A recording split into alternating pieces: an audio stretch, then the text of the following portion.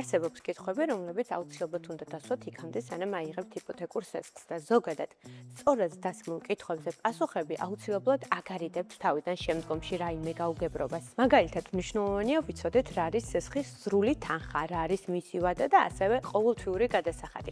ეს არის თანხა, რომელიც თქვენ უნდა გადაიხადოთ ყოველთვიურად და კარგად დაფიქრდით თქვენი ბიუჯეტი ერგება თუ არა სესხის ძირისა და პროცენტის ყოველთვიურ გადასახადს. ასევე არის თუ არა რაიმე დამატებითი პირობა შესრულებელი. ხშირად ხდება ხოლმე, რომ სესხის აღებამდე ან აღების შემდეგ გეკისრებათ რაიმე ვალდებულება, რომელზეც წინასწარ უნდა გქონდეთ ინფორმაცია. საინტერესოა ის ფაქტიც, რომ თუ თქვენი ფინანსური მდგომარეობა შეიძლება და გადაწყვიტოთ სესხი დაფაროთ, ამ შემთხვევაში შესაძლებელია თუ არა ახალი გრაფიკის შედგენა. ეს ყველაფერი წინასწარ უნდა იკითხოთ. და საბოლოოდ საკითხი, რომელიც ყველაზე ხშირად გვავიწყდება, ეს არის ხარჯები. რა ხარჯები ახლავს ზოგადად სესხის აღებას?